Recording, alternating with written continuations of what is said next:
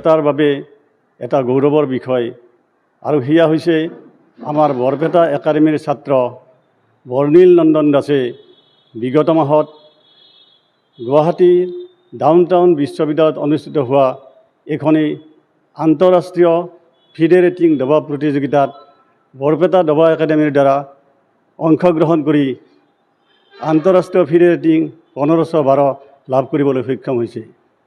ইয়াৰ জৰিয়তে তেখেতে নিজৰ লগতে বৰপেটালৈ সন্মান কঢ়িয়াই আনিবলৈ সক্ষম হৈছে।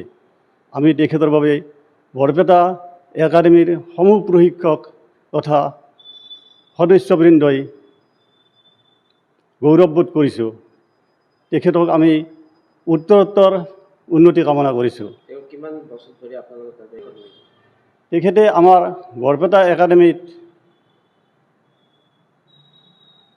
4-5 বছৰ ধৰি প্ৰশিক্ষণ লৈ আছে আৰু মাজতে তেখেতে কেইদিনমান তাৰমানে বন্ধ আছিল, এতিয়া সদায় অনুশীলন কৰি আছে। তেখেতে ভৱিষ্যতে এগৰাকী ভাল খেলুৱৈ হ'ব বুলি আমি বিশ্বাস কৰিছোঁ।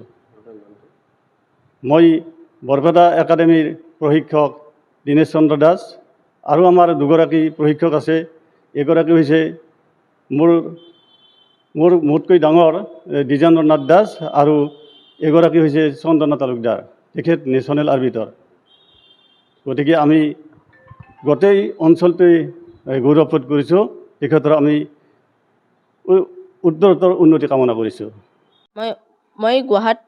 মই second Guwahati smart city international open FIDE rating chess tournament chief minister কাপত খেলিব গৈছিলোঁ।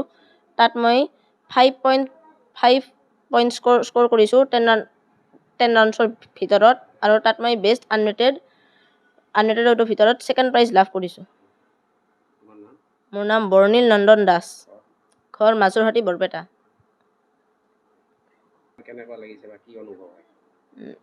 এই বঁটাটো পাই মই আমাৰ অসমৰ মুখ্যমন্ত্ৰীক ধন্যবাদ জনাইছোঁ।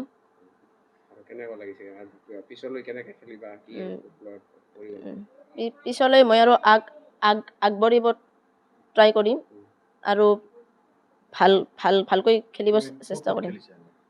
মই গুৱাহাটীত খেলিছোঁ আৰু এই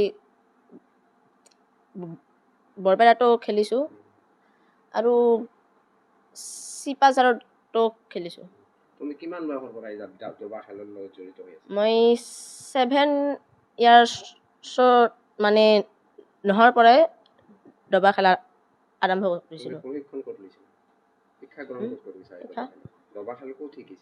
মই আগতে ৰাইন' ক্লাবত শিকিছিলোঁ ডিজাইন ছাৰৰ লগত। এতিয়া জেগাখন বদলিছে, এতিয়া মই সুন্দৰী জাত শিকোঁ। ডিজাইন ছাৰ আৰু দীনেশ ছাৰ আৰু চন্দন ছাৰ আৰু চন্দনা মেম, এই 4জন।